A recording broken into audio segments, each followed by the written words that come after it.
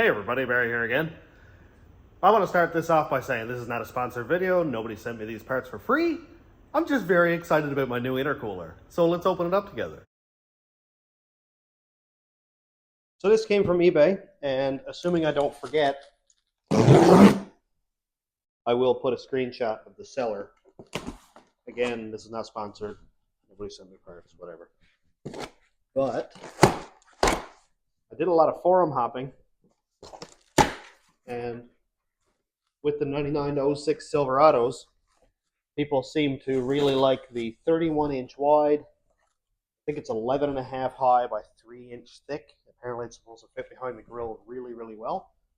So that's what I ordered, and a full kit with the boots and everything that you can see. Let's get some of this stuff out and take a look. Might as well do it in the order that it's in the package. It's actually packaged really nice. I don't think anything's going to be dinged up unless it's like right here somewhere. All silicone boots. I went with black because the truck is black, the turbo is blue, and my valve covers are blue, and that's all I need. I don't need anything any crazier than that. I don't want blue intercooler boots or any of that crazy stuff. Let's take one out. So here's a short radius 90. That is sweet, actually. It's really nice. And not very stretchy, so it might be hard to get over. Like if I had to stretch it over 3 1/4 or something like that, it might be a bit difficult, but I guess that's kind of the point, is to not stretch. I think this is Christmas wrap. Yep, pretty sure that's Christmas wrap. All T-bolt clamps. Yeah, all stainless T-bolt clamps. I'm kind of hoping the bolt is steel, which it looks like it may be, because you can see the difference in this bolt and the actual clamp. If it is, that's good, because as much as I change things, oh, don't worry about the urethane all over my hands. As much as I change things, these would definitely twist off or roll the threads if it was stainless. So that's good. Geez, 2 bags of clamps. Wow. That's all the 90s. We got a bunch of straight couplers here. All kinds. They're 3 inches long or so. That's perfectly fine to join 2 pipes together in the center here and have a clamp on each side. Here are the actual pipes. Geez, that's light. Wow. That is like, there's nothing to that at all. There's very little weight. I'm guessing it's aluminum. It's painted inside, which is not necessarily worrisome. I just don't know about it being painted inside. How do you guys feel about that? I don't know. Looks like it'll probably scratch easy. I'm pretty sure it's just spray bombed, but that makes for easy touch-ups, I suppose. That's a 45. No, that's a 90, sorry. There's another 90. That's pretty wide radius. Here we go. That is a short radius 90. Big difference there. That's a nice tight one to go in around the headlight socket, maybe around the grill, something like that. And then up to my turbo or wherever. I don't have this mapped out yet. I just want to say, actually, while I'm here, that you guys made this possible. The video where I was fitting the cladding on Desperado got 43,000 views. And out of that pay from that month, I bought this intercooler kit. This was like $600 Canadian, and I bought this kit. And that is 100% thanks to you guys.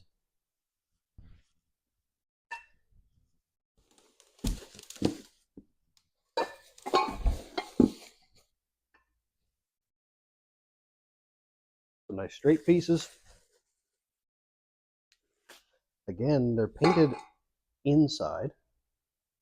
Again, don't know how I feel about it. I would have liked, really, if they were just painted outside, because how long until this paint starts to flake off? And there's a lot of that to be going through an engine. Now we get to the part that we've been waiting for. Now we get to the important bit.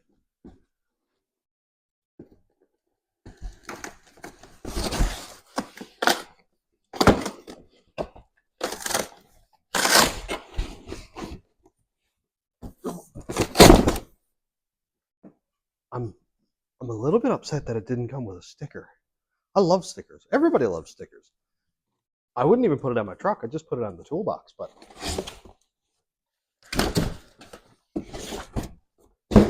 stickers are stickers, man.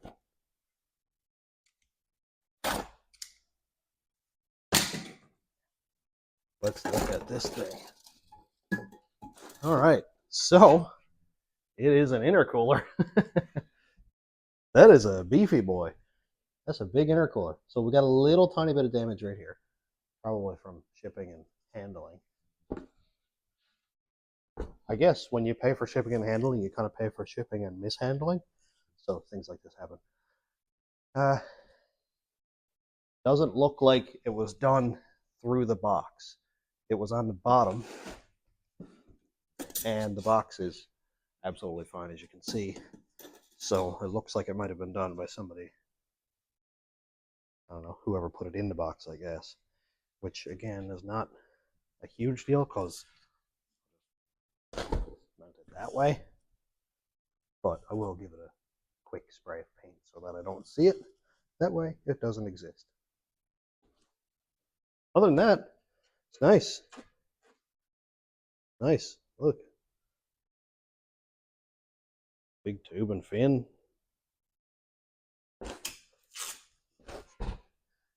Usually I've always used big diesel intercoolers.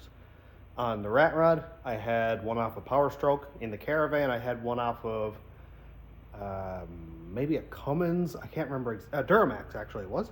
The problem with those is the radiators on those trucks are narrow and tall. So the intercoolers are narrow and tall. They're massive, don't get me wrong. They move a lot of air. But with the Silverado intercooler being like 3 feet wide and sort of narrow top to bottom, it didn't give me a lot of room. That's why this thing comes in handy, because the pipes come straight out of the intercooler at the side, and I can just make a turn wherever I need to. Nice little mounting tabs up here. I do like that. I'm sure every intercooler has that, but I've watched a couple of videos on where people cut the radiator brace thing out of the way and pop them in there. I should address that I went with black.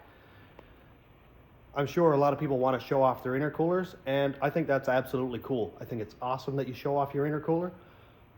I also love hood stacks. I love fender exits.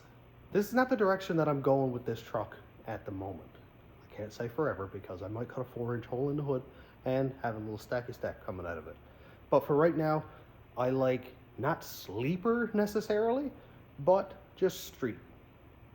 And a big old shiny aluminum intercooler sticking out behind your grill, not that sleek, not that sleeper, not that street. So here we go. If anybody sees it and knows what they're looking at, they'll go, "Ah, I see what you did there."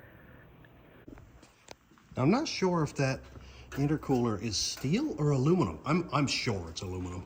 Nobody would sell a sheet metal intercooler, but I gotta do the magnet test. Nope, we're good. It's aluminum. Piping. Nope, all good. So I went and laid everything out just because, like, wow, it's beautiful. Why wouldn't you? I want to get a look at this whole kit. That is so cool.